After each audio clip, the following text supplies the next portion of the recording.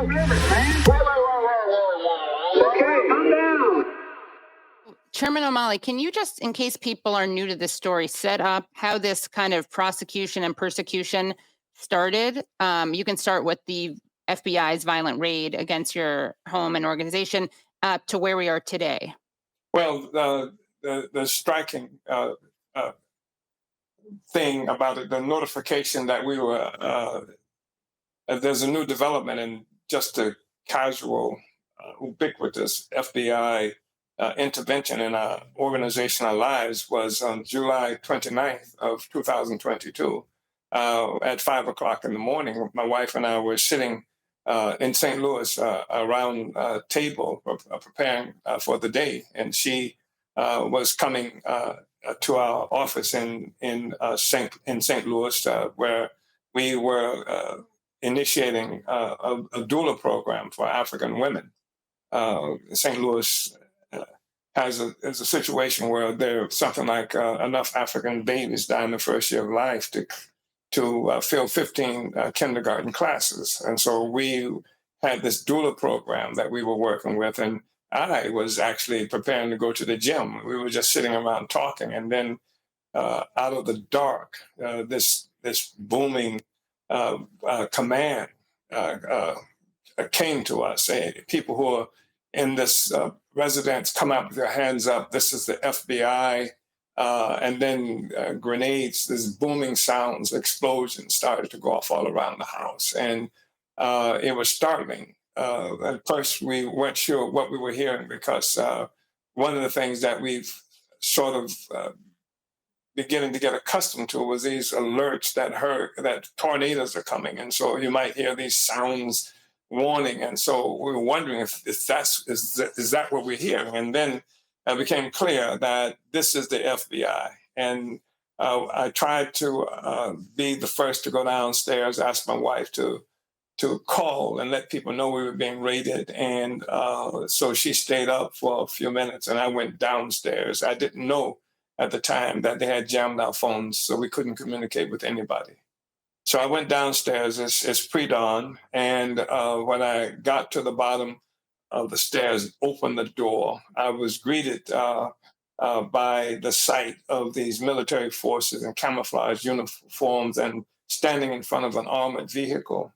And I was, and these laser targeting device bouncing off my chest, these laser sightings, these things you see in the movie. And of course, I had to remember Fred Hampton at 4 o'clock in the morning in Chicago, where they had come in and murdered him and murdered Mark Clark, who was there with him. And so I assumed they were going to kill me. That's what I thought. I thought they were going to kill me coming downstairs.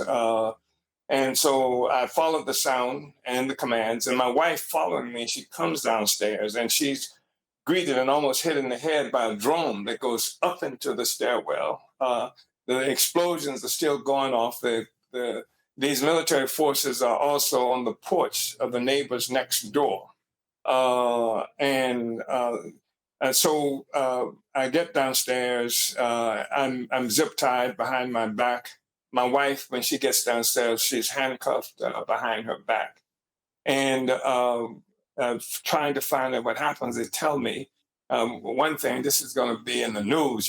This is going to be in the news, and that there's an indictment that's being made of a Russian national later this morning, and you've been named, and so that we have a search warrant. And I asked to see the search warrant, and they indicated they didn't have it right there, but it was somewhere in the vicinity, etc. And they couldn't tell me anything really because the indictment was going to be later that day. So finally, and then, they said I could sit on the curb, and my wife, we could sit on the curb, or just humiliating kinds of suggestions that they made. And so finally, we didn't sit on the curb. So finally, just insistently asking, if we were under arrest, can we leave? And they finally said, yes, we could leave. So then they had to cut the zip ties off me, which is very difficult for them to do. And they took the handcuffs from my wife, and we got it. We got in my car and left. And after one of them went upstairs to get the keys for my car, and we left. And when we left, we discovered that they were doing the same thing at our Solidarity headquarters on the south side of St. Louis.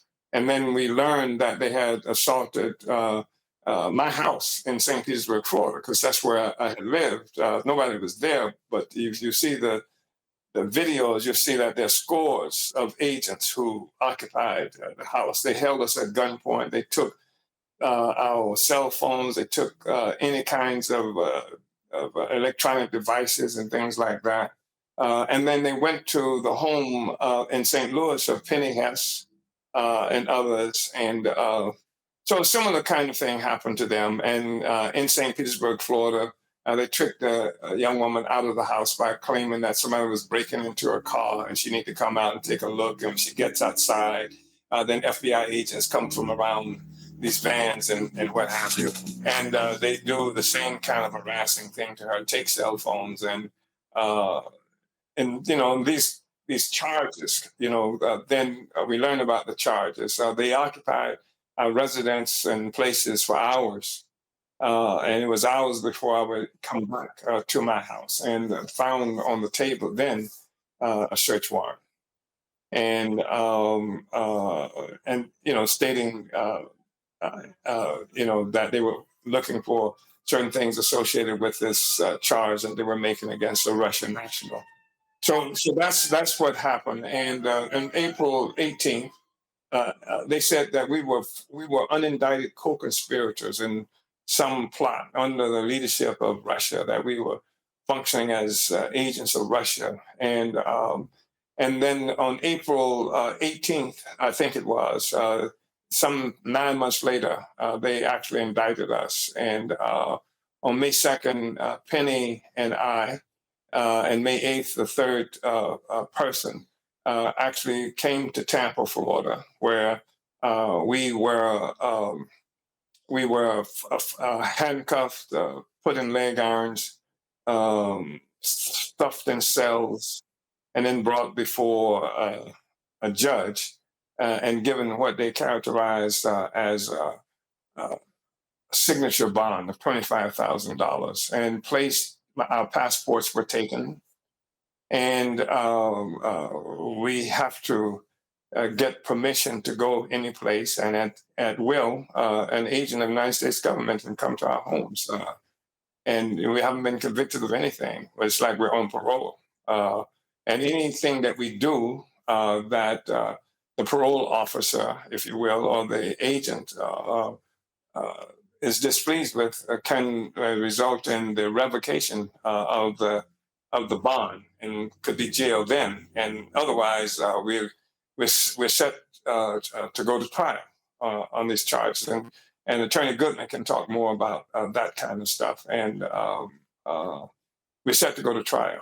And I think with the maximum sentence, if I'm not mistaken, of some 15 years, which is like a life sentence for me. Can you explain to us, Leonard, how this is possible? What they're being charged with and accused of, and how you can possibly accuse someone of weaponizing free speech? I thought that was something that was protected under the First Amendment. I thought so too, really, Katie. And they're charged under a pretty obscure statute. It's 18 U.S.C. 951. It's actually a companion to the Espionage Act. So it dates way back. It's rarely used. It's designed to go after secret spies, operatives of a foreign nation in this country. This is the first time it's been used directly to target dissenting speech and political speech. And it is true, the Supreme Court, there's a number of very good decisions back when the Supreme Court really did weigh in and care about these issues of free speech. But these are precedent that say political speech is the core of the First Amendment. What you're saying is correct. I mean, the use of a criminal statute to criminalize political speech and assembly, which is also part of their movement, is unprecedented, really, and it is certainly going to be an issue in this case. And what is it that they are objecting to that you actually did do? You know, Glenn was pretty much spot on. I mean, it really is their objection to the war in Ukraine. Most of the overt acts in the indictment are targeted at free speech, organizing that they did, protesting, U.S. involvement. And the crazy thing, and the government certainly has to know this, is that their opposition goes back to before they ever met with any Russians. I mean, the fact that Omali participated in a conference in Moscow in 2015 had no impact on their opposition to the war. I mean, you can look at their positions. They have a newspaper and a website, the Burning Spear paper, and you can go back and see articles. I mean, they were against the expansion of NATO to Russia's borders. They were against U.S. involvement in the coup in 2014 that overthrew the democratically elected president of Ukraine. So their position on this is quite clear, and I would have to imagine that the government knows that. So how they can make the allegation that they suddenly became Russian operatives in 2015 when the chairman was invited to participate in a conference is it's really shockingly weak, this case, and very dangerous as well. I'll just correct one thing the chairman said. I think the maximum sentence is 10 years, and but we certainly are. We are going to win this case. There's no question in my mind, and these folks are never going to back down. And the chairman is a healthy guy. He is going to live more than 10 years. I can tell you, but he doesn't look his age, and he's a vigorous guy. But he shouldn't serve a day. And seeing them on the day that they were granted bond, being brought into the courtroom in chains was really quite distressing. Anyway, there's some very good lawyers on this case, and we're going to fight along with these brave activists.